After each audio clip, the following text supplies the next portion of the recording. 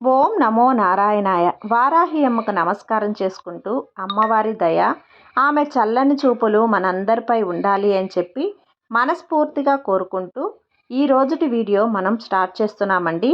ఈరోజు మనం చూడబోయే వీడియో నాగుల చవితి రోజు ఈ అమ్మవారిని పూజిస్తే అన్ని సర్పదోషాలు తొలగిపోతాయి. సంతానం లేని వారికి కూడా కాలసర్పదోషం కారణమని చెబుతారు.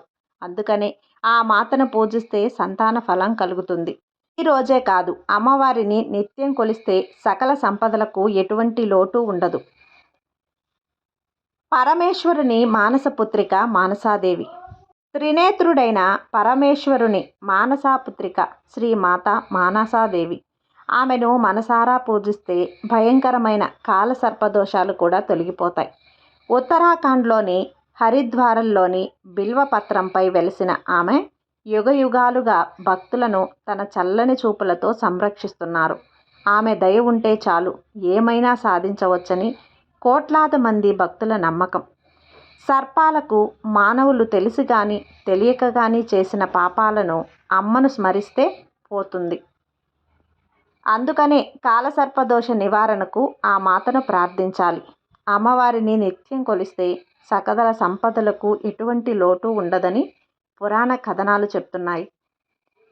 మాతా మానసాదేవి అన్న వాసుకి ఆమెను జరత్కారువు అనే మహర్షికి ఇచ్చి వివాహం చేస్తాడు. ఆమెకు మరో పేరు కూడా జరత్కారువు కావటం గమనార్థం. ఈ దంపతులకు ఆస్తికుడు అనే పుత్రుడు జన్మిస్తాడు.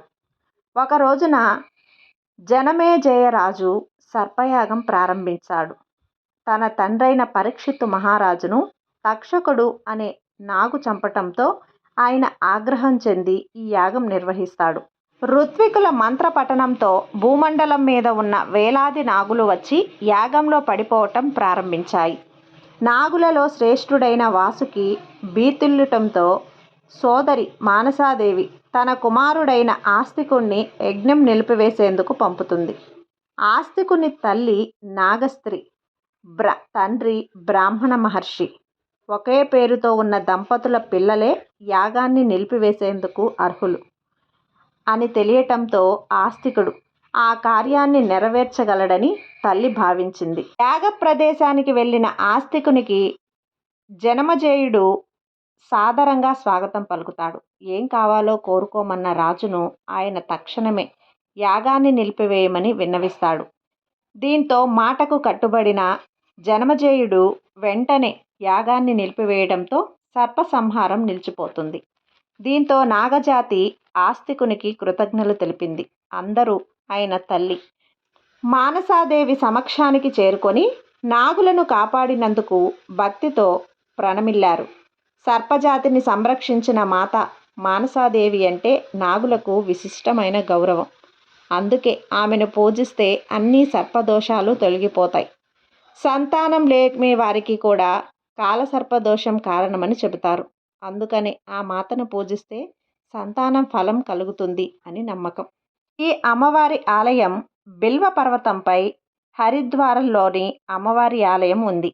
ఆలయాన్ని సిద్ధపీఠంగా వ్యవహరిస్తారు.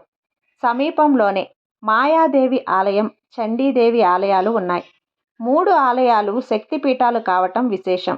పర్వతంపై ఉన్న అమ్మవారి సన్నిధికి చేరుకోవాలంటే మెట్ల మార్గం లేదా రోప్యో ఉంది. రోప్యోలో వెళ్ళే సమయంలో గంగానది పరివాహక సుందర దృశ్యం మనకు అలౌకిక దివ్యానుభూతిని మిగులుస్తుంది. సన్నిధానంలో మాత మానసాదేవిని సందర్శించుకున్న అనంతరం ఆలయ ప్రాంగణంలో ఉన్న వృక్షానికి దారాలు కట్టి తమ కోరిక నెరవేర్చాలని వేడుకోవాలి. అమ్మవారి అభీష్టంతో కోరికలు నెరవేరిన అనంతరం తిరిగి ఆలయాన్ని దర్శించుకోవాలి. ఈ కథ మీకు నచ్చినట్లయితే లైక్ చేసి సబ్స్క్రైబ్ చేయండి. మరికొంతమంది భక్తులకు షేర్ చేయండి. సర్వే జన సుఖినో భవంతు. జై వారాహి మాత.